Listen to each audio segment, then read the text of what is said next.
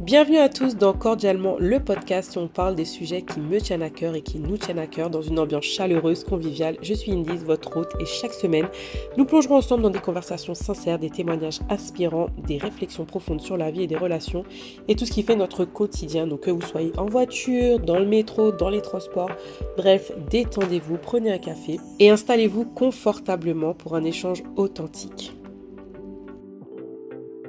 Et pour commencer ce podcast, je me suis dit pourquoi pas parler de ma vie. Oui, j'ai eu 40 ans cette année, donc je me suis dit pourquoi pas vous parler des 40 choses qui ont, on va dire, marqué ma vie. Donc déjà, je suis née en 1984, ouais, ça fait déjà 40 ans.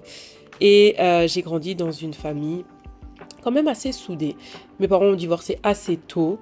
Je me suis retrouvée avec ma maman, on a atterri dans la banlieue et franchement, c'était les meilleures années. Ma mère a tout fait pour que, malgré que je sois élevée dans une cité, que je grandisse bien, que je travaille bien à l'école et elle s'occupait de moi. Donc ça, j'en suis très fière et je t'en remercie, maman. En deux, on pourrait parler de ma première vraie amitié et je peux parler de ma meilleure amie qui se reconnaîtra en écoutant ce podcast que je connais depuis l'âge de 15 ans. Vraiment, je tiens à en parler parce que c'est une amitié qui dure depuis des années maintenant et que genre, je chéris, que je suis tellement ravie et heureuse d'avoir. Ça n'a pas été tout rose, bien sûr, mais comme je le dis tout le temps, une amitié, ça se chérit, ça s'arrose, ça, voilà, pour que ça puisse éclore, pour que ça puisse fleurir. Il faut en prendre soin et c'est ce qu'en tout cas j'ai essayé de faire et je la remercie d'être là, toujours présente dans ma vie. Ma première école, je pourrais plus parler du fait que j'ai sauté une classe. Oui, oui, oui, j'étais une tête pensante à l'époque. J'ai sauté une classe, j'ai sauté le CE1 parce que j'ai appris à lire très tôt, à lire, à compter et à écrire. Et du coup, en CP, je m'ennuyais un peu. Donc on m'a fait sauter une classe, mais malgré tout, j'étais toujours nulle en maths. Oui, oui, oui, croyez-le ou non, mais les maths et moi, et jusqu'à aujourd'hui, ça fait deux. Vraiment, je déteste les maths. Mais voilà, c'était quand même une belle expérience d'arriver chez les grands alors que t'as que 6 ans, de voir lire devant les plus grands et tout. Et franchement, ouais, je m'en rappelle un peu. Je me rappelle pas comme si c'était hier, mais je m'en rappelle. En numéro 4, on peut parler d'un livre ou d'un film qui a eu un impact sur moi très jeune. On va dire un film qui m'a un peu marqué, choqué, traumatisé, vous allez rigoler, mais c'est Oliver et compagnie. Alors il n'y a que les vieux, les anciens qui vont se souvenir de ce dessin animé, mais franchement je m'en souviens comme c'était hier parce qu'en fait c'est le premier film dessin animé que je suis allée voir au cinéma et ça m'a traumatisé parce que je me souviens encore comme c'était hier, par contre, que je disais à ma mère, mais maman, il est mort le chat, et j'avais pleuré parce que en fait pour moi le chat il était mort. Il faut savoir que j'étais toute petite, je me rappelle plus de l'âge exactement, mais peut-être 6 7 ans je crois. Mais du coup ça m'avait marqué parce que je pensais vraiment que le chat était mort. Et ben voilà, à l'époque tu connaissais pas ce que c'est vraiment un dessin animé, enfin un film, enfin voilà, qui allait avoir des rebondissements et tout. Et ça m'avait marqué quoi. Mais c'était le premier dessin animé que j'ai vu au cinéma. On va passer ensuite à l'adolescence, allez, jusqu'aux 11 18 ans. Et en numéro 5, on va parler de mon entrée au collège et au lycée et comment ça a changé un peu ma vie, si je puis dire, dans le sens où tout s'est bien passé, 6e, 5e, 4e, et en 3e, boum, là je sais pas, c'est la crise d'adolescence, j'en sais rien, mais j'ai commencé un peu à partir en cacahuète, si je puis dire, à faire des trucs pas cool, voilà, à faire ma rebelle et tout, et c'est là que, du coup, j'ai redoublé ma seconde en rentrant au lycée. Du coup, ouais, ça a été quand même un grand choc parce que ayant sauté une classe et étant dans la catégorie, on va dire, des têtes, la redoubler pour moi, c'était la fin du monde. Franchement, j'avais honte. Voilà, donc c'était l'année où j'ai tout fait, j'ai tout essayé, voilà, je vais pas rentrer dans les détails. Mais voilà, ça m'a marqué, je l'avoue. Et après, je me suis repris en main et j'ai eu mon bac du premier coup comme il se doit.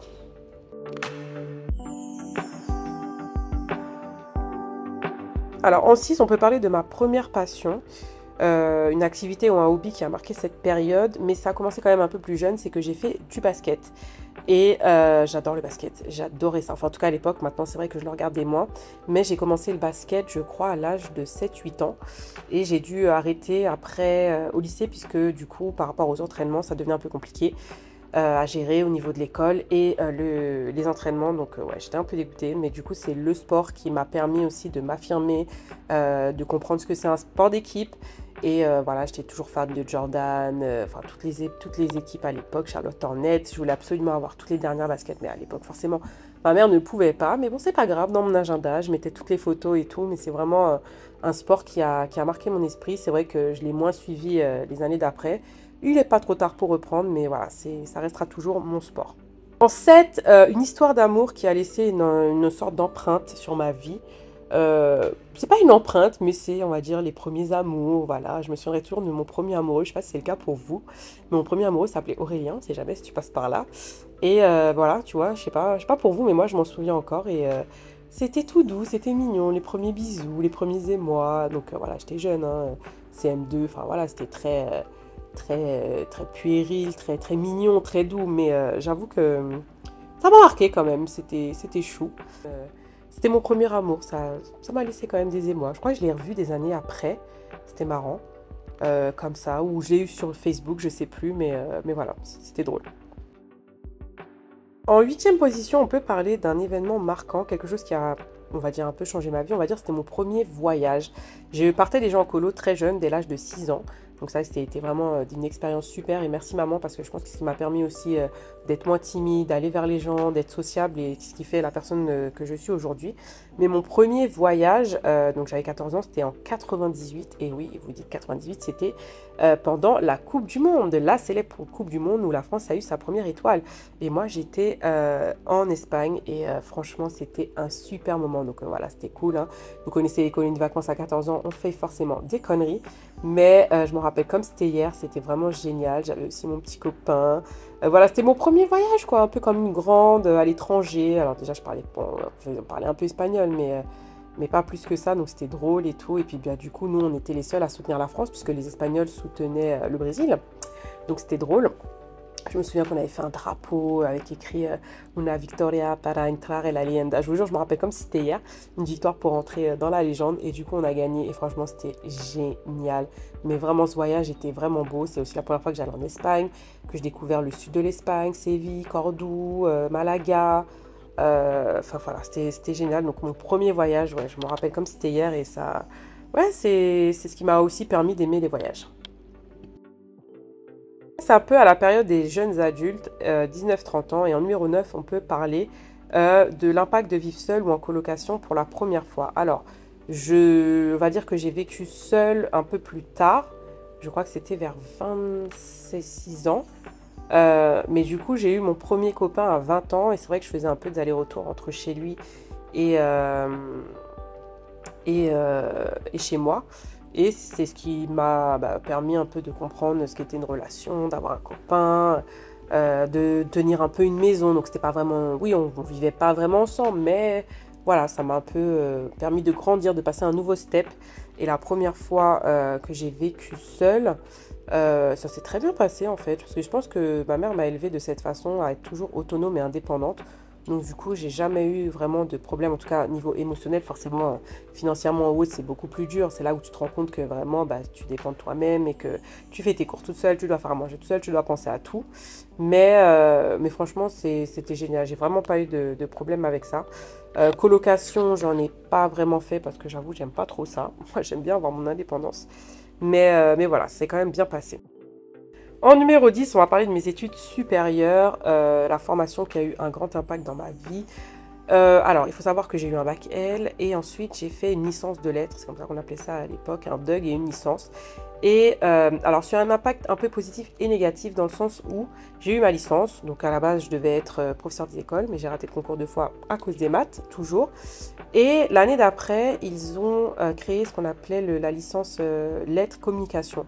Et j'aurais tellement aimé pouvoir faire ça parce qu'au final, pour repasser le concours de prof après, il a fallu un bac plus 5 et j'avais pas envie de retourner à la fac.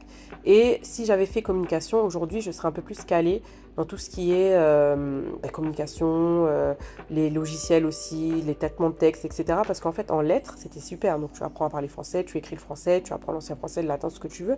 Mais c'est que de la théorie, tu fais pas beaucoup de pratique. Donc, à part écrire et lire, tu fais rien d'autre. Et j'avoue que c'est ce qui m'a un peu manqué dans ma vie, c'est la pratique. Donc voilà, mais je regrette pas, j'ai appris énormément de choses. Je me rappelle pas de tous les livres que j'ai lus, j'en ai lu des tonnes. Mais voilà, ça a quand même été une expérience, voilà, 50-50 si je puis dire.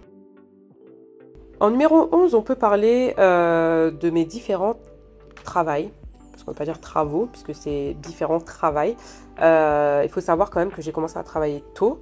J'ai commencé à travailler... Mon premier travail, en fait, ça a été les gilets rouges à la SNCF. Tu devais te lever à 4 heures du matin et il n'y avait pas les Uber à l'époque, enfin, il fallait prendre les bus, enfin voilà, tout compliqué. Ma mère venait m'apporter à manger, je m'en souviendrai toujours et c'était mon premier vrai boulot. Vous savez, les gens qui aiguillent les gens dans les gares. Voilà, le quai, tel endroit, telle gare, tel quai, telle voie, enfin bref. C'était un peu ça et tout, et ça a été mon premier travail. Et franchement, c'est pas évident parce que quand t'as pas l'habitude, il faut parler aux gens, faut pas avoir peur, faut aussi ne pas se laisser faire parce que les gens sont pas contents, ils sont mécontents parce que le train n'arrive pas à l'heure, parce il s'est trompé de voie, enfin bref. C'était quand même difficile, mais j'ai bien aimé. Et après, pendant mes études, justement, j'ai travaillé en tant que vendeuse dans la périculture. Alors voilà, pour un premier travail, j'avoue que c'est bien. J'ai eu quand même un bon travail. Et j'en ai appris beaucoup sur la périculture, sur les enfants. Donc plus sur le matériel forcément, mais aussi à travers les témoignages de clients, de mes collègues aussi, parfois qui étaient déjà parents. Et ça a été vraiment un super travail. C'est vraiment un travail qui m'a beaucoup marqué déjà parce qu'on était une très bonne équipe. Et j'ai appris énormément, mais énormément sur donc l'univers infantile, mais sur moi-même aussi, à savoir que je pouvais conseiller des gens, que je pouvais apprendre, mais n'ayant pas d'enfant, n'ayant que 20 ans. Et j'avoue que ça m'a énormément marqué. Ça reste la plus belle expérience de travail que j'ai eue. Une des plus belles, quand même. Allez, dans les premières, parce que après, voilà, j'ai travaillé aussi à l'aéroport. Et l'aéroport a été vraiment une belle expérience aussi dans ma vie. J'en parlerai un peu plus tard. En 12e, on peut parler d'un voyage qui a un peu changé ma vision du monde. Concrètement, je dirais Dubaï. Alors vous allez dire, ouais, Dubaï, c'est surfait, etc. Mais j'avais pas vraiment d'a priori. Mais du coup, je tenais à y aller. Ma mère aussi. Et je suis partie avec ma mère en 2019. Et franchement, j'étais étonnée de voir que dans un pays comme ça, on pouvait avoir une sécurité maximale, mais vraiment c'était génial, tout était PMR, tout était adapté, puisqu'entre-temps j'ai eu un accident, donc j'étais handicapée quand j'y suis allée. Et j'ai adoré en fait le sens du service, les gens qui étaient toujours là pour t'aider. Franchement, j'ai adoré, j'ai adoré. Donc oui, c'est vrai que c'est beaucoup de building, oui, c'est vrai que c'est une ville qui est récente, donc forcément tout est neuf, mais en tout cas ils mettent les moyens pour, et forcément ça donne envie de revenir. Et en quoi ça a changé ma vision du monde? C'est par rapport plutôt aux pays occidentaux, donc je sais que c'est orientaux, pardon, parce que c'est pas toujours le cas, mais c'est vrai que je me sentais bien dans le sens où c'est pas du tout la même culture, c'est pas du tout la même religion, mais on ne te fait pas sentir comme une étrangère et comme si tu n'étais pas à ta place. À toi aussi de respecter les modes de culture du pays. Mais après, tu t'y sens très bien et c'est pas parce que tu n'as pas d'argent, que tu n'es pas riche, que tu peux aller à Dubaï en fait. Et ce que j'ai aimé, il y a énormément d'activités, aussi bien pour les enfants, pour les jeunes, les parents, enfin bref. J'y suis allée avec ma mère et on a passé un très bon moment.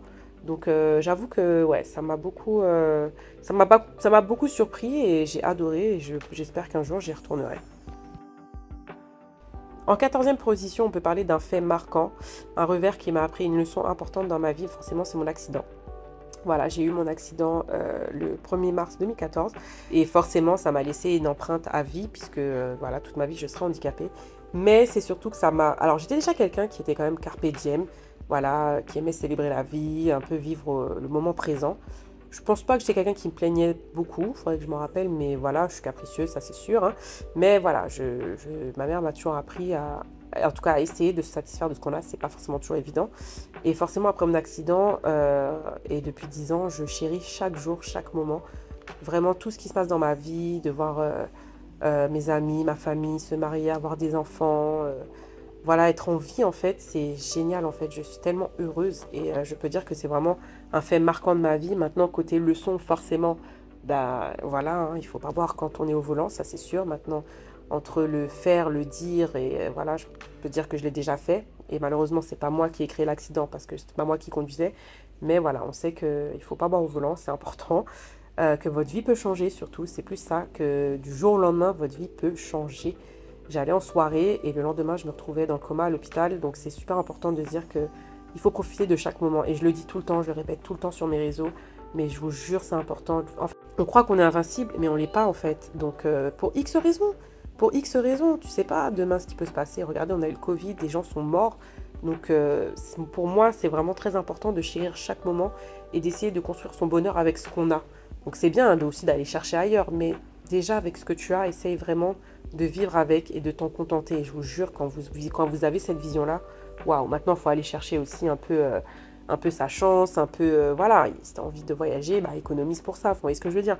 Mais déjà, vous êtes en famille, vous êtes avec vos neveux, vos enfants, vos nièces, votre mari, vos amis, enfin, chérissez chaque moment, ça paraît peut-être anodin, vous n'êtes pas obligé de faire des trucs de fou, mais juste quand vous êtes réunis tous ensemble, je trouve que c'est tellement la base et je le vis avec ma famille à chaque fois que je vis en Guadeloupe et je suis tellement heureuse. Donc voilà. En 15e position, on peut parler d'une décision de carrière importante, une sorte de transition professionnelle, puisque côté professionnel, j'avoue que j'ai pas eu trop de chance. Quand j'ai fini mes études, bah, il fallait travailler. Du coup, je voulais, parce que comme je vous le disais précédemment, c'était beaucoup de théorie, j'ai pas fait beaucoup de pratique, donc j'ai voulu passer un BTS MUC à l'époque, c'était Management des unités commerciales. Sauf que tous les élèves de ma classe avaient des super tuteurs, mais moi je tombais sur une tutrice vraiment pas cool, qui me laissait pas faire les choses, qui voulait que je sois vendeuse, alors que j'ai déjà été vendeuse pendant des années, donc je connaissais déjà le métier. Et du coup, j'ai pas pu évoluer, j'en ai eu marre, je suis partie. Après, j'ai travaillé à l'aéroport, que j'adorais, je voulais tellement y rester, mais malheureusement à l'époque, on est dans les années 2011, ils ne recrutaient pas, enfin il n'y avait pas de CDI. Donc c'était un peu embêtant. Et du coup, bah, j'ai dû revenir, on va dire, à un poste un peu plus... par rapport à mon bac plus 3, je suis devenue hôtesse. Donc j'ai dû repasser une formation et tout. Et ça s'est très bien passé. Je suis devenue chef hôtesse. Mais bon, forcément, c'est sûr que... voilà, j'allais pas faire ça toute ma vie. Et dans l'entreprise dans laquelle j'étais, qui était vraiment géniaux, ils m'ont dit, mais putain, bac plus 3, tu veux pas être assistante de gestion immobilière? Donc oui, j'ai pas précisé, c'était chez un promoteur immobilier. Et je dis, bah moi, j'y connais rien, l'immobilier. Ils m'ont dit, bah tu vas apprendre sur le tas. Et du coup, c'est ce qui s'est passé. Et ça a été vraiment une transition professionnelle incroyable parce que je suis rentrée dans une grande entreprise en tant qu'assistante de gestion immobilière. J'ai appris, je faisais même des, euh, des voyages pro et tout. Enfin, voilà, c'était juste incroyable alors que j'étais juste assistante. Mais voilà, malheureusement, j'ai eu mon accident après avoir fêté mon CDI. Donc voilà, je venais de signer mon CDI et j'ai eu mon accident. Donc je suis restée 2 ans après en arrêt maladie et j'ai repris après, 2 années après, pour y rester 3-4 ans, puisqu'après ça devenait un peu compliqué avec ma pathologie.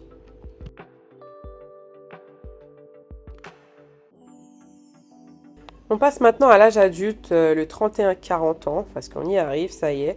Et on va parler en 16e position de la découverte d'une passion. Une passion qui s'est développée un peu au fil du temps et qui m'accompagne encore aujourd'hui et qui est la création de contenu. Les réseaux sociaux, parce que oui, à la base, c'était une passion. Ça s'est fait un peu comme ça. J'étais en arrêt maladie suite à mon accident. Je voulais apprendre à maquiller, je m'ennuyais, je regardais un peu ce qui se passait. Ma cousine me disait, mais regarde un peu les réseaux sociaux, les youtubeuses, machin, je connaissais rien. Moi, YouTube, c'était vraiment pour écouter de la musique. Et du coup, j'ai commencé à regarder, j'aimais bien. Et puis, du coup, il y avait des tutos make-up, donc ça m'aidait un peu à essayer de redevenir un peu féminine, de réapprendre un peu tous ces gestes. Et je me suis dit, pourquoi pas parler de mon accident, parce que je m'étais filmée, mais c'était pas pour les réseaux, parce qu'à l'époque, c'était pas vraiment ça, les réseaux, mais c'était pour ma famille qui était en Guadeloupe ou en Martinique, enfin voilà, qui voulait avoir de mes nouvelles, et j'avais plein de petites vidéos comme ça. Et du coup, bah, c'est un peu comme ça que je me suis lancée en faisant un montage sur Windows Video Maker, je sais pas quoi, un truc à l'époque. Enfin voilà, bref, c'était pas du tout les mêmes montages que je fais aujourd'hui. Mais on va dire que c'est un peu commencé comme ça. Et c'était beaucoup de partage. Et en fait, j'adorais. J'ai adoré, j'adore. J'avoue tout ce qui est l'univers de YouTube, des réseaux sociaux, faire des vidéos, créer du contenu. Et encore, j'aimerais tellement en faire plus. Mais de par ma pathologie, parfois, je n'y arrive pas. Mais franchement, je suis fan, j'adore. Et ben voilà, ça me suit encore aujourd'hui. En 17, on peut parler de ma relation la plus longue et l'impact que ça a eu sur ma vie. On va dire que j'ai pas eu énormément de relations très longues, mais on va dire que j'ai été amoureuse une seule fois dans ma vie, vraiment. Et ça a été très dur, cette rupture. Mais ça m'a permis aussi de me dire que en fait, tu peux survivre à un échec, les gars, je le répète et répétez après moi. Tu survis à un chagrin d'amour, clairement. Parce que tu penses que ta vie va s'effondrer, mais pas du tout. Tu peux vraiment t'en sortir. Ça prend du temps.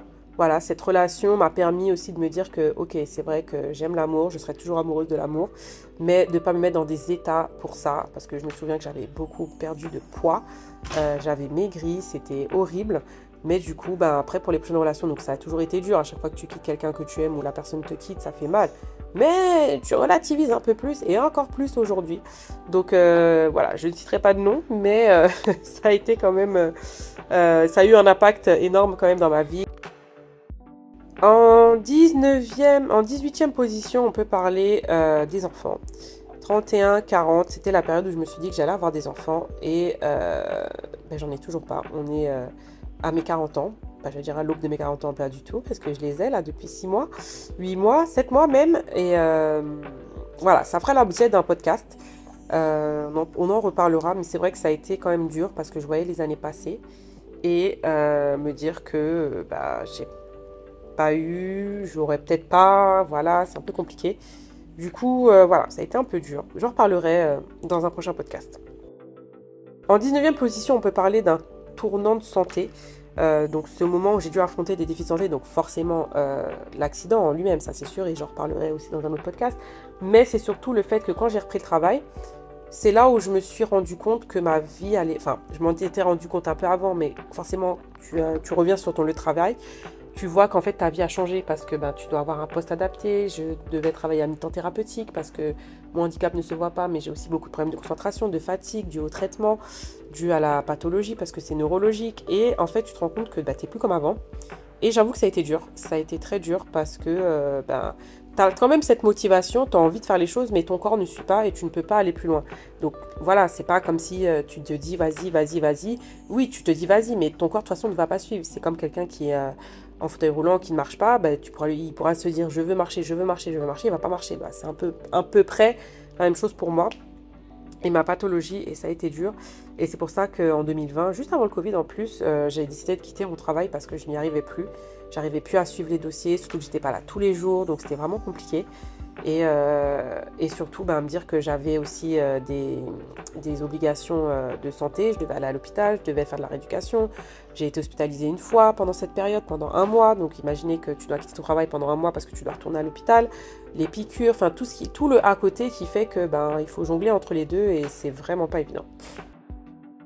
En numéro 20, on peut parler d'un projet personnel accompli, qui n'est pas encore accompli, mais on va dire depuis mon accident, le fait que je n'ai jamais lâché, c'est quand même quelque chose que j'ai pu accomplir. Je n'ai pas pu faire ce que j'avais envie de faire et peut-être je ne le pourrais pas, mais en tout cas, je me suis donné les moyens.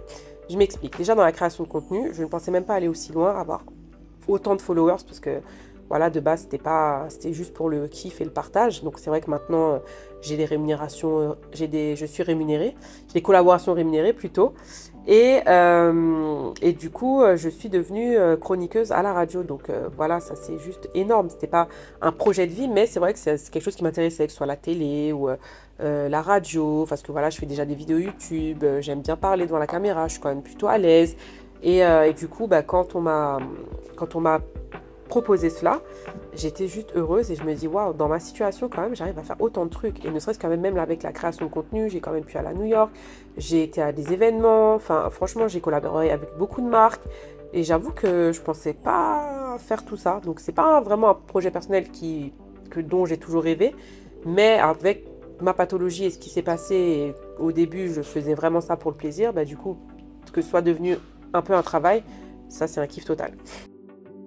En numéro 21, on peut parler d'un déménagement marquant et ça va être le jour où j'ai pris mon appartement quelques années après mon accident. Voilà, parce que ma mère ne voulait pas. Donc entre-temps, j'étais retournée chez ma mère bien avant mon accident parce que je m'étais séparée de mon ex. Et du coup, ma mère ne voulait pas. Et moi, je me disais, maman, j'ai 35 ans.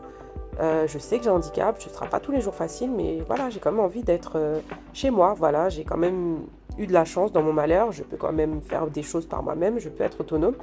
Donc voilà, j'ai appris énormément à l'hôpital avec les ergothérapeutes, les psychomotes, les kinés, tout. Donc je pense que c'est le moment et tout. Et donc ce déménagement, mon premier appartement, donc déjà mon premier vrai appartement, et en plus en situation de handicap, ça a été vraiment quelque chose de marquant, ça a été un changement d'environnement, ça a beaucoup influencé sur ma vie parce que je me suis rendu compte que je pouvais le faire et en fait je me suis rendu compte que je suis quelqu'un qui lâche pas. Malgré tout, même si c'est difficile, je ne lâche pas et j'ai vu à quel point je peux être forte en fait. Et je suis très fière aujourd'hui et même ma mère l'est parce qu'elle est fière de moi et qu'elle sait que je m'en suis sortie. C'est pas tous les jours facile, c'est sûr, mais voilà, j'ai quand même aussi de la famille qui est là, mais je m'en sors par moi-même, je suis indépendante, je suis autonome et voilà, ça a été vraiment un super moment dans ma vie. Ça découle du 22e point qui est la découverte de soi, un moment de réflexion qui a conduit en fait à une meilleure compréhension de moi-même. Et on va dire par rapport à mon handicap, le fait d'être seule, ça a été dur. Je suis déjà tombée plusieurs fois chez moi. Il n'y a personne pour te relever, tu es toute seule, tu dois faire tes courses toute seule. Voilà, après, comme je vous dis, hein, il y a des gens quand même qui peuvent m'aider, mais le but c'est d'être autonome. Et du coup, voilà, ça répète un peu ce que j'ai dit précédemment, mais ça m'a permis vraiment de me dire que tu peux le faire. Il ne faut pas aussi hésiter à demander de l'aide, chose que je ne fais pas. Parce que même quand j'étais valide, j'avais ma voiture, je faisais tout, voilà, j'étais vraiment indépendante. Mais j'ai appris aussi que parfois il faut demander de l'aide et parce que j'ai une pathologie qui fait que parfois je vais être plus fatiguée que d'autres jours et qu'il y a des choses que je ne peux plus faire. J'ai aussi de l'endométriose qui ne m'aide pas du tout. Donc ouais, ça m'a permis quand même de réfléchir et de me dire ok, tu peux le faire. Mais tu as le droit aussi de pleurer, tu as le droit aussi de dire que ça ne va pas. Et voilà, donc le fait d'être seule, ça m'a appris beaucoup et ça a renforcé aussi ce côté où tu peux faire des choses par toi-même. Parce que je le répète tout le temps, vous pouvez aller au cinéma tout seul, vous pouvez aller au resto tout seul, vous pouvez faire des choses tout seul. Ça ne veut pas dire que vous n'avez pas d'amis, ça veut dire surtout que parfois on n'a pas le même emploi du temps et aussi ça vous permet de vous retrouver avec vous-même et c'est top. Et moi, ça a été encore plus dur puisque moi je le faisais en situation de handicap. Imaginez-moi au cinéma, donc bien sûr au cinéma j'aime pas m'asseoir tout devant, il fallait monter l'escalier et les premières fois c'était dur, t'es toute seule, les escaliers sont pas très PMR au cinéma, donc ouais c'est des moments voilà, où j'ai appris sur moi et je me suis dit regarde tu peux le faire, où les gens vous regardent forcément, ça aussi le regard des autres, voilà quoi, j'ai appris avec le temps que je m'en fous concrètement parce que quoi que je fasse les gens vont toujours regarder, donc c'est pas évident, ça aussi ça fera l'objet d'un podcast, le handicap et les préjugés. Mais voilà, ça m'a énormément aidée. En 23e position, on peut parler d'un mentor ou de quelqu'un qui m'a guidée et inspirée. Et je ne peux que parler de ma mère, puisque clairement, voilà, je suis très entourée, ça c'est sûr, mais ma mère quand même, voilà, mère et fille, hein, c'est toujours tumultueux. Mais ça reste quand même la personne qui m'a le plus guidée, qui m'a le plus inspirée, parce qu'elle-même m'a élevée seule. Elle travaillait, voilà, elle a réussi quand même aussi à passer des concours, à faire des formations, voilà, à s'élever toute seule. Du haut de ses 18 ans, à quitter la Martinique, venir en France. Et franchement, je trouve ça énorme. Et peut-être que je ne lui ai pas dit, maman, si tu passes par là, mais vraiment, tu es très inspirante. Et ça m'a beaucoup aidée parce que c'est grâce à elle aussi si j'en suis là, à toujours me pousser. Des fois, c'est un peu dur. Tu te dis, mais pourquoi? Même plus jeune, va à l'école, t'as de la fièvre, allez, tu vas à l'école quand même. Voilà, mais non, attention, n'appelez pas les services sociaux. Hein. Mais vous avez compris ce que je veux dire. Voilà, c'est parce que tu as mal au ventre, allez, on y va, tu peux le faire. C'est vrai que des fois, c'est dur parce que oui, tu as eu un 15, tu peux avoir un 16, tu as eu un 16, tu peux avoir un 17. Mais voilà, c'est ce qui te pousse toujours à aller plus loin. Alors, des fois, tu te dis que bon, tu as déjà fait beaucoup, tu as l'impression que c'est énorme. Mais c'est vrai qu'il faut aller puiser à l'intérieur de soi. On peut toujours faire plus. Voilà, c'est vrai qu'on peut toujours y arriver. Il ne faut pas lâcher. Et je pense que c'est souvent ce que vous me dites sur les réseaux que je lâche pas, mais c'est vrai. Et ça, c'est grâce à ma maman. En 24e position, on peut parler d'une œuvre d'art ou un artiste qui m'a profondément marquée.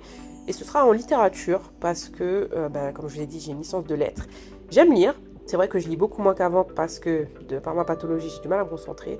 Mais je reprends doucement la lecture. Et un auteur qui m'a énormément marqué, c'est Zola. Émile Zola, vraiment, c'est un de mes auteurs préférés. Je pense que j'ai presque lu tous ses livres. Ne me demandez pas tous les noms parce que je ne me rappelle plus. Mais j'avoue que j'ai adoré. Et je peux aussi parler des écrits de la littérature de chez nous. Donc j'ai fait une mention littérature francophone avec ma licence de lettres.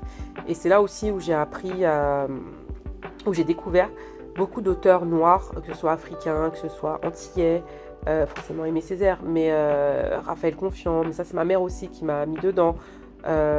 Joseph Zobel, je crois, Larue Cazeneuve, si je dis pas de bêtises. Enfin bref, tous ces écrits-là sur notre culture, et que je n'ai pas assez lu d'ailleurs, mais que j'ai quand même lu et que j'ai adoré, et qui m'a permis de découvrir beaucoup d'auteurs de chez nous. Alors, en 25e position, donc toujours dans les influences externes, on peut parler d'une idéologie ou philosophie de vie, une façon de penser, un système de croyance qui m'a influencée. Alors, je suis croyante, je crois en Dieu, ça c'est sûr, donc c'est sûr que Dieu est avec moi tous les jours. Maintenant, une idéologie, une philosophie, j'en ai pas. Mais j'ai une phrase vraiment qui m'a marquée, qui est de Bob Marley, et qui dit « Vous ne savez jamais à quel point vous êtes fort au moment où vous devez l'être ». Et cette phrase, c'est un peu mon leitmotiv parce que C'est vraiment ça en fait. Tout le monde me dit oui, mais si j'étais à ta place, j'aurais pas pu faire ça. Mais en fait, tu peux pas savoir parce que c'est quand tu es dans la situation, quand tu la vis, que là tu sais en fait. Donc vous ne savez pas demain si vous avez si vous avez le même accident que moi, ça se trouve vous en sortirez très bien. On ne sait pas en fait. Je peux même pas imaginer ça. Mais moi en tout cas c'était vraiment ça. J'ai vu à quel point je pouvais être forte. Et cette phrase c'est vraiment mon leitmotiv, c'est mon idéologie. Tu ne sais jamais à quel point tu es fort au moment où tu dois l'être.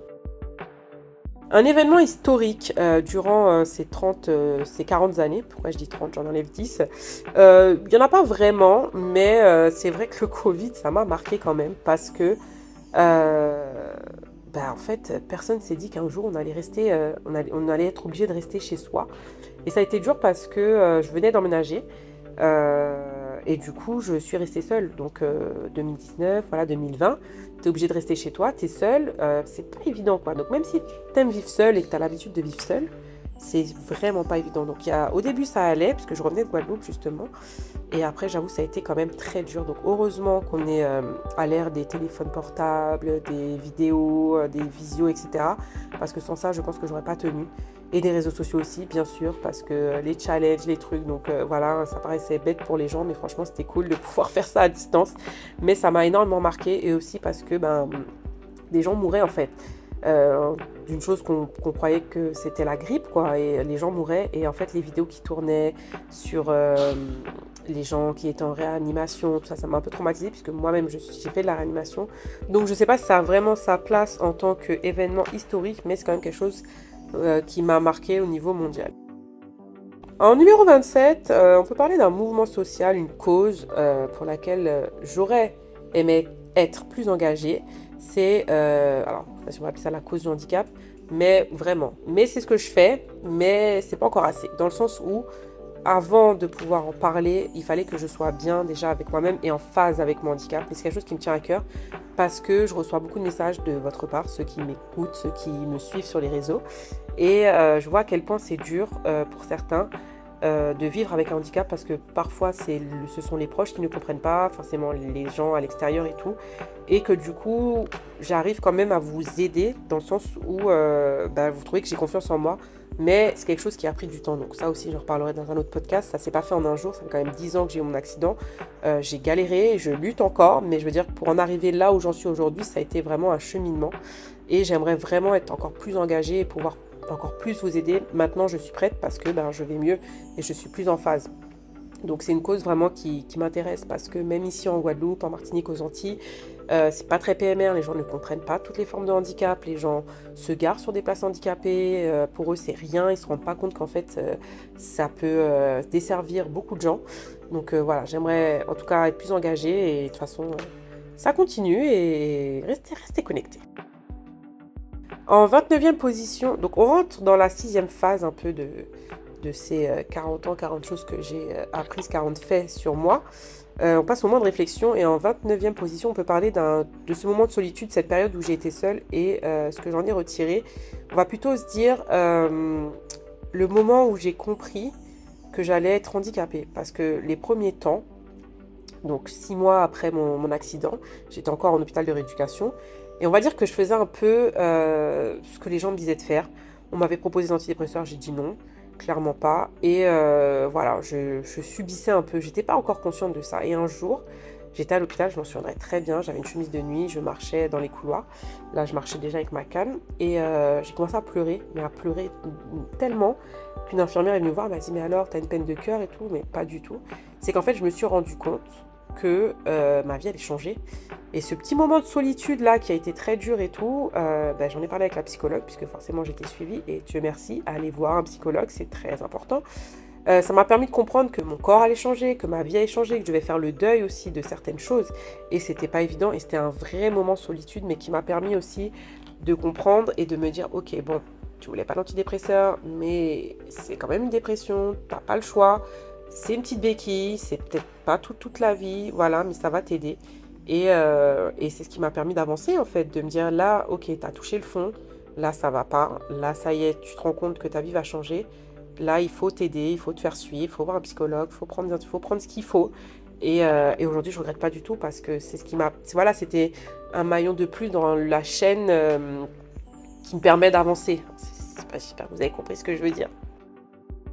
En 31e position, on peut parler d'un échec professionnel et comment j'ai fait pour rebondir. Alors, c'est pas vraiment un échec professionnel, mais c'est vrai que ça a été dur dans ma vie de me dire que j'ai pas eu un métier où j'ai pu durer dedans. Sachant que quand j'ai signé mon CDI pour être assistante de gestion immobilière, je me suis dit là, ça y est, enfin, j'ai un CDI, je vais pouvoir prendre un appartement, voilà, ma vie va être super, machin. Et en fait, regardez, j'ai eu un accident juste après, vous voyez? Donc, c'est vrai que c'est pas vraiment un échec, mais il faut se dire que voilà, tu rebondis et la preuve, ils m'ont quand même gardé, j'ai pu travailler même en situation de handicap. Donc, en fait, rien n'est figé. Donc, tu penses que après cet accident, tu peux plus rien faire de ta vie, donc forcément, c'est pas la même chose. C'est pas évident que quand tu es valide. Encore une fois, ma pathologie, j'ai quand même eu un peu plus de chance. Mais voilà, je me suis dit, c'est pas, je me suis dit, c'est ma mère qui m'a fait comprendre aussi que le différent peut être bien. Voilà, et que voilà, même si c'est pas la même façon de travailler, tu peux quand même le faire. Au final, c'est la finalité en fait qui importe. C'est pas la façon dont tu vas la faire. Tu vois ce que je veux dire? En 32e position, on peut parler dans ces moments de réflexion de la trentaine, quarantaine, des prises de conscience environnementales. C'était pas trop mon truc, je vais pas vous mentir. Le tri, le machin, je sais pas quoi. Bon, forcément, j'ai été bien éduquée et on gaspille pas à manger, on ne joue pas avec l'eau. Voilà, il y a des gens qui meurent de faim, il y a des gens qui n'ont même pas d'eau pour boire, etc. Mais c'est vrai que niveau environnemental, c'était pas trop mon truc. Mais c'est vrai que en regardant des émissions, des reportages, on se rend pas compte le mal qu'on fait à la nature et je le vois plus quand je viens en Guadeloupe, sur les plages, les rivières, ça me désole en fait de voir que les gens ne respectent pas ça, à jeter des ventilateurs, des trucs de voiture dans les rivières, mais purée, il y a d'autres endroits pour jeter ça en fait. C'est des belles choses de la nature comme ça, des paysages, pourquoi tu fais ça? Donc j'avoue que ça, voilà, donc je fais très attention et même avec mes nièces, mes neveux et nièces, on jette pas les papiers par terre. En tout cas, c'est je me dis que c'est, même si c'est peu, on peut quand même essayer de changer les choses et éveiller les consciences. Si tout le monde se met à jeter des chewing-gums par terre, des papiers par terre, on va jamais y arriver. On a une belle île. Autant essayer de la garder propre, de la valoriser en fait. Donc voilà, c'est à petite dose. J'essaye quand même voilà, de recycler, de faire des efforts, de pas prendre de sac. Vous voyez, c'est des petites choses comme ça. Mais j'avoue que c'est peut-être la vieillesse, je sais pas. Mais voilà, maintenant je prends mon cabas quand je vais faire des courses. Voilà. En troisième position, un engagement citoyen que j'aurais aimé avoir plus encore, c'est aider les personnes en situation de handicap, mentalement, physiquement, et surtout à leur faire comprendre que leur vie n'est pas terminée par rapport à leur pathologie. Bien sûr, il y a des handicaps très lourds, ça c'est sûr, et que voilà, mais même malgré ça, essayer de faire comprendre aux gens qu'on est des êtres, certes différents, si je puis dire, mais on reste quand même des êtres humains. Et c'est un peu ce que je fais à travers mes réseaux, en essayant d'en parler, de sensibiliser, ne serait-ce que pour les enfants qui sont autistes, ou voilà, c'est parce que je pense que les gens, tant qu'ils n'ont pas ça dans leur environnement, ils ne peuvent pas comprendre. Mais c'est vraiment quelque chose, c'est un peu redondant par rapport à ce que j'ai dit précédemment, mais voilà, j'aimerais tellement que les gens voient le handicap d'une autre façon. Même moi, en tant que femme, je sais pas parce que je me maquille, que je reste femme, que ça minimise mon handicap. Et je lutte pour ça, parce que les gens pensent que je n'ai pas de problème, parce que je prends soin de moi. Et c'est horrible en fait. Donc c'est vraiment un engagement. Alors, citoyen, je ne sais pas, mais je milite en tout cas pour que le handicap invisible soit aussi compris qu'un handicap normal. Enfin, c'est pareil si vous voulez, mais c'est encore plus dur parce que quand je demande à m'asseoir, forcément les gens te voient bien habillé avec la dernière paire de baskets à la mode. Ils se disent, mais elle n'a pas de problème. Mais pourquoi en fait vous pensez que quelqu'un en situation de handicap, quelqu'un qui est en fauteuil roulant, il peut avoir les dernières baskets à la mode aussi, mais il marche pas? Enfin, on pourrait lui dire la même chose. Enfin, vous voyez ce que je veux dire? C'est pas cohérent.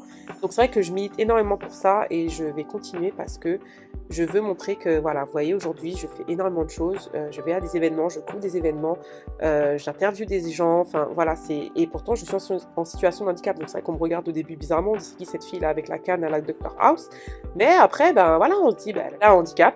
Mais ça n'empêche pas qu'elle a son talent, elle a ses skills, comme on dit en anglais. Donc, elle fait son travail et puis c'est tout. On passe maintenant au bilan et aux perspectives de cette approche des 40 ans. Et on va parler des changements de mode de vie, donc des changements majeurs dans ma vie en 34e position. Et je pense que c'est l'alimentation, le sport, etc. Donc il faut savoir qu'avant mon accident, je faisais du sport. J'allais à la salle et tout, machin. Bon, je n'étais pas une healthy fitness girl, mais voilà, j'allais quand même à Aqua Boulevard, là, pour ceux qui connaissent et tout, faire mon petit sport. Et forcément, après mon accident, je ne peux plus courir, il y a des choses que je ne peux pas faire. Et étant à l'hôpital, j'ai pris énormément de poids parce que ben, j'étais gâtée. Voilà, on m'emmenait plein de choses à bouffer et tout, donc c'était génial. Sauf qu'on m'avait dit, attention, vous allez prendre du poids et vu que vous êtes sédentaire, vous ne pourrez pas les perdre. Et c'est ce qui est arrivé. Donc ça a été dur un moment parce que ben, je me suis dit, comment je vais faire? Je ne peux pas courir, mais le sport, ce n'est pas que courir. Et perdre du poids, ce n'est pas que en courant. Ça passe aussi par l'alimentation et je l'ai compris. Ça m'a pris 2 ans à peu près à comprendre le mécanisme de mon corps, à lire des livres. J'ai même fait une formation en nutrition parce que à cause de ma pathologie, j'ai des problèmes au niveau de l'estomac, j'ai du mal à digérer. Bref, j'en reparlerai et j'en ai déjà parlé sur les réseaux. Et du coup, ben voilà, il y a des choses que je peux pas manger, que je dois éviter, etc., etc. Et c'est clair que j'ai changé quand même pas mal de choses dans mes habitudes alimentaires. Donc forcément, quand tu es en vacances, ça revient, voilà. Mais on va dire que j'ai compris maintenant que l'alimentation, c'est la base et que même sans faire de sport, si tu manges bien, tu peux perdre du poids et surtout que tu manges bien, pas seulement pour perdre du poids, mais pour l'avenir en fait, pour donner des choses, pas des calories vides à ton corps, pour donner de bonnes choses à ton corps. Est-ce que je veux dire ou pas? Donc voilà, et c'est ce qui fait qu'aujourd'hui, ben, j'ai appris à mieux manger, que j'ai vu une diététicienne aussi, parce qu'il y a des professionnels pour ça. En 35e position, on peut parler d'un retour aux sources, au moment où je suis retournée à mes racines. Alors, mes racines, je les ai, elles sont toujours là, hein. Ça fait des années, mais on peut parler du moment où je suis retournée en Guadeloupe après mon accident. Je crois que je suis retournée en 2015 ou 16, donc peut-être 2 ans après. Non, 2 ans après. Et j'avoue que, waouh, je me suis dit comment j'allais prendre l'avion, comment j'allais faire et tout. Donc, c'est vrai que j'ai voyagé en première classe parce que ben, j'étais encore pas très valide, j'étais encore un peu faible, etc. Mais du coup, c'est là où j'ai vu qu'au final, bah, il fallait juste que je m'adapte, c'est tout. Mais que ça n'avait pas changé grand-chose. J'aimais aller à la rivière, à la mer. Donc c'est vrai que maintenant, c'est devenu un peu plus dangereux pour moi. Pour pas qu'il y ait trop de vagues. Faire attention, je suis un peu comme les gosses maintenant. Mais ça a été vraiment génial parce que bah, j'ai pu revoir ma famille. Ma famille était contente de me revoir. Je suis allée avec ma mère. J'ai pu revoir mes sœurs, ma nièce qui avait quoi, 2 ans à cette époque-là. 1 an, je sais même plus. Et j'étais contente en fait. C'était vraiment un retour aux sources. Et c'est con hein, parce que j'y vais tout le temps, mais là vraiment j'ai encore plus apprécié ce moment et de me dire que bah, en fait je pourrais le refaire. Et c'est vrai que maintenant depuis je voyage seule en fait. En cette 37e position, on va parler de quelque chose que j'ai appris tard dans ma vie, un apprentissage tardif et c'est les montages vidéo. Alors clairement, si vous avez suivi tout le podcast, hein, je parle d'une licence de lettres clairement et aujourd'hui je monte des vidéos, j'utilise Final Cut, je fais des montages pour les gens, enfin voilà, c'est juste incroyable et c'est quelque chose que j'ai appris toute seule et j'en suis fière. Donc voilà, rien n'est impossible. Je suis contente, donc je ne suis pas une professionnelle non plus, j'en apprends tous les jours, mais quand même je gère, je peux le dire, donc voilà, vous aimez mes montages, je sais que je peux encore faire plus, mais voilà, on n'a jamais fini d'apprendre, et c'est vraiment quelque chose qui m'a marqué et que j'ai appris tardivement dans ma vie. En 38e position, toujours dans cet esprit de bilan et de perspective, une réconciliation avec un aspect de moi-même et des personnes. Alors, moi, je suis quelqu'un de base très rancunière, très, très, très rancunière. Et c'est vrai qu'avec le temps, la maturité, j'ai appris que... Alors, je serai toujours rancunière parce qu'on ne change pas. Pour moi, je suis de la team, on ne change pas, mais on évolue. Et j'ai appris à être moins rancunière parce qu'au final, j'ai vu que ça n'apportait rien de vouloir garder cette haine, cette rancune. Donc, on pardonne, on n'oublie pas, on pardonne. C'est comme vous le souhaitez. Mais j'avoue que je suis beaucoup moins rancunière qu'avant. Et c'est un aspect de moi-même que je pensais pas qu'il allait évoluer un jour dans ma vie. Parce que j'avais la rancune tenace, quoi. Donc, tu me fais du mal, limite, c'est œil pour œil, dent pour dent, tu vois. Donc, je te dis pas que... Voilà, comme je te dis, j'ai pas changé. Mais maintenant, je le suis beaucoup moins. Donc, je pense que c'est l'âge qui fait ça. Je pense. On en arrive au 40e fait, voilà. Et quoi de mieux que de finir avec une réflexion sur l'avenir et comment je vois l'avenir et ce que j'espère en fait pour les années à venir. Donc comment je vois l'avenir. J'ai envie de vous dire déjà, essayer de me lever chaque matin sans avoir de douleur, c'est déjà bien. Savoir si je vais marcher normalement, ne pas avoir trop mal, c'est déjà énorme. Donc déjà ça, c'est déjà bien. Et l'avenir, je le construis chaque jour en me disant déjà que je suis en vie. Donc c'est pas un manque d'ambition, pas du tout. C'est que chaque jour est déjà, faut les vivre déjà les jours. Et donc déjà ça, pour moi, c'est la base. Et après, moi, j'essaie déjà d'être heureuse par moi-même, comme je vous l'ai dit, je le suis d'ailleurs. et c'est super important. Donc c'est sûr que maintenant j'aimerais trouver quelqu'un de stable à mes côtés pour finir mes vieux jours. Ça c'est super important pour moi. Et continuer à voir mes proches heureux, mes parents, mes proches, les voir heureux avec leurs enfants, sans leurs enfants, enfin peu importe dans tout ce qu'ils entreprendront, de continuer à les soutenir comme eux me soutiennent. Et c'est ça en fait, et vivre, voilà, je vivre comme je dis tout le temps, je profite déjà énormément, je suis heureuse, et c'est vrai que maintenant, ouais, quelqu'un a trouvé un homme stable, ça fera l'objet d'un podcast, parce que c'est dur de trouver des hommes capables, voilà, mais bon bref, c'est pas le plus important, mais ça fait partie aussi des choses, mais surtout déjà de continuer à ne rien lâcher, je pense que c'est le plus important aujourd'hui.